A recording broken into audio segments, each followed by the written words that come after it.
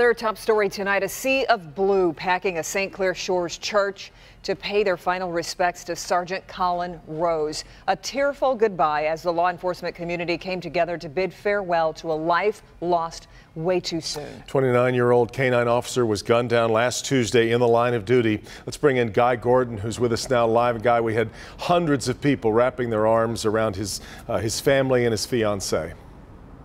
I've never seen anything quite like it, Devin. And just an amazing turnout. And listen, the entire law enforcement community is hurting because gun fatalities for police officers up 64% this year. The Tucson chief that was here, the assistant chief for the funeral, found out overnight that 2 of his officers were shot and wounded. We lost an officer in Tacoma last night, 3 in Detroit in just the past 2 months.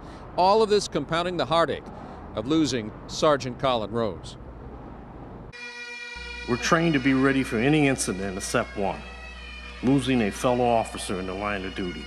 Sergeant Rose was remembered as a cop's cop who led with his heart and was rarely without a smile. He loved his dogs.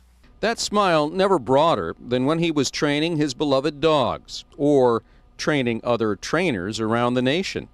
Yeah, he was that good. We will never be able to make up for the loss of Sergeant Rose's life. But his love of humanity was remembered most in these tender words intended to mend broken hearts. This was his neighborhood. This was his beat. These were his family members. This was his home. He served them all with pride and dedication. But he also brought smiles to the less fortunate and was always looking out for them.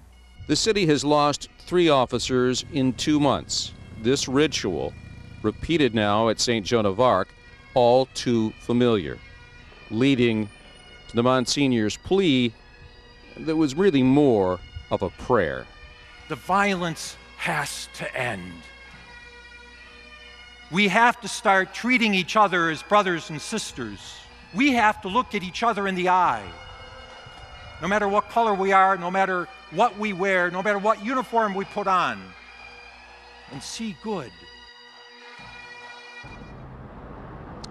And we will continue to see good in this young man. He will never have the opportunity to have children of his own, but that doesn't mean he's not leaving a legacy. And that's thanks to Wayne State. They've endowed a scholarship in the name of Sergeant Collin Rose that will help other young people become public servants. And the president of Wayne State said this is just so fitting, that this man that helped so many will continue helping other young people who will go on to help others.